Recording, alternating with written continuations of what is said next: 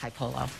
Hey, Carol, and just in the last few moments, we have heard from the attorney that's been hired for the family, who is definitely closely examining the actions of that Georgia Tech police officer here, calling that shooting unjustified, specifically after what you're about to see here. The attorney there claiming that what this young individual had in his hand, this 21-year-old student had in his hand, was not a knife, but a multi-purpose tool. So I want you to hear directly from L.Chris, the attorney hired by the family, as he explains what he believes went down in downtown Atlanta Saturday night. This is a knife. This is the facts. This is what he had that day. A multi-purpose tool, which has pliers, screwdriver, and a tiny little knife on it. He didn't have a knife like this.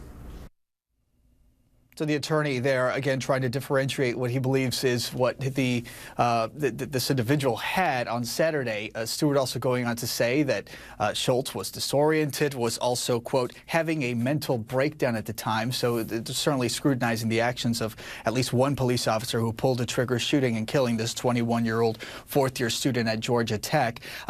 Who was this student? I can tell you that we have heard from the Georgia Tech Pride Alliance in a statement. I want to read you a portion of that, Carol, a statement that was released over the weekend, saying, quote, Scout has been the driving force behind Pride Alliance for the past 2 years. They pushed us to do more events and a large variety of events, and we would not be the organization we are known as without their constant hard work and dedication. I'll explain to you the pronouns there.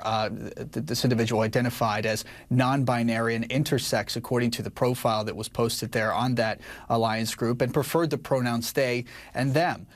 So clearly an LGBT activist here that has been, whose life was cut short. But the question here is, what led to that event? We do know, based on the statement that was put out by Georgia Tech, Carol, that Georgia Tech police officers on campus do not carry tasers. So that certainly will be something that authorities will be closely looking at, particularly the Georgia Bureau of Investigation. Why weren't any non-lethal resources used in trying to mitigate the situation over the weekend? All right, Polo Sandoval reporting live for us this morning. Thank you. Thanks, Carol.